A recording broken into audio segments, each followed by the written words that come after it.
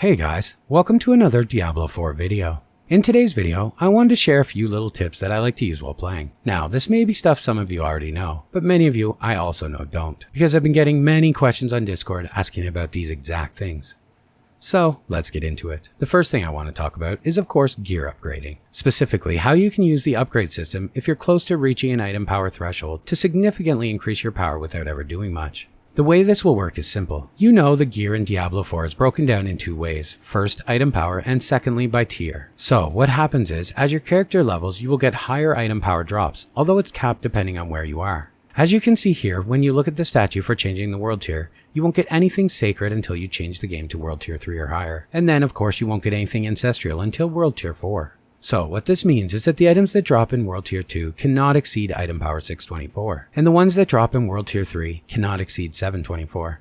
Simple. So why does this matter? Well, where this becomes important is when you're leveling primarily, but really for the rest of your game post 50. To make this easier to understand as you play, the first thing you should do is turn on your option in the game so you can see advanced tooltips. This way you will always know what the potential roles are for items in the game and where your item stacks up.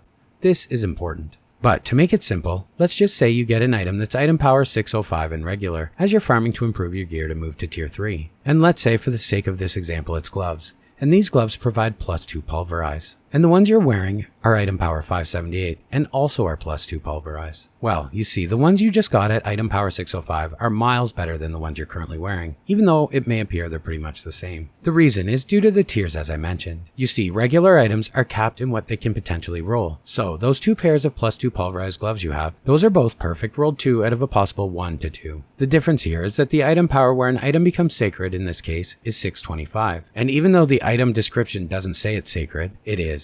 And then it re-rolls the item to the new min-max rolls of sacred. Not re-rolling exactly, but instead taking the average of what your roll previously was and moving it into this new min-max based on percent. But in this case with skills it's very simple. Your perfect roll now becomes a sacred perfect roll. So if you upgrade your 578 +2 pulverized gloves to max, they will still be +2 pulverize.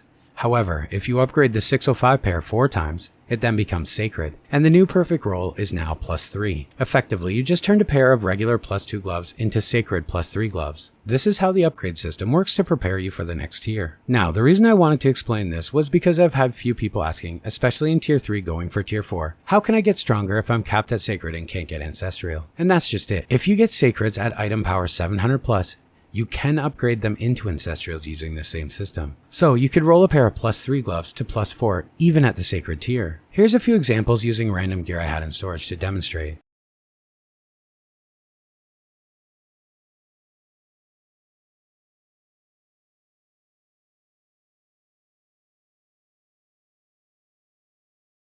The next thing I wanted to talk about was maxing OBOLS for gambling. I've had many people ask how I managed to cap mine in 15 or 20 minutes.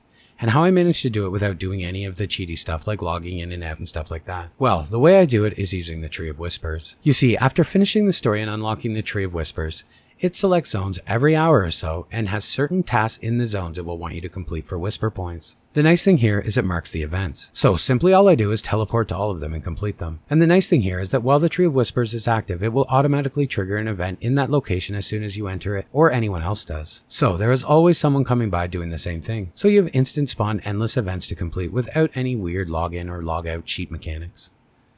Then as a bonus for doing this, you receive a Whispers box, which leads me to my next tip. This one might not be something that everyone is really after, but if you are addicted to alts like I am, it will definitely help you.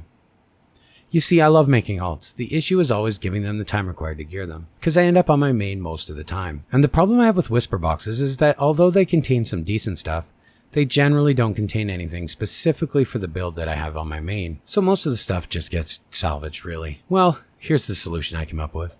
These boxes are of course account bound, not character bound, and they roll gear upon opening, not when received.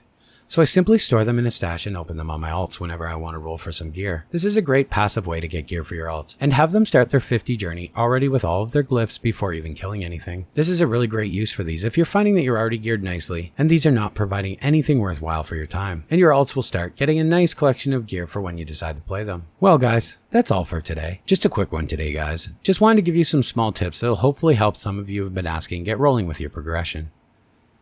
And as always guys, thanks for watching, and I will see you in the next one.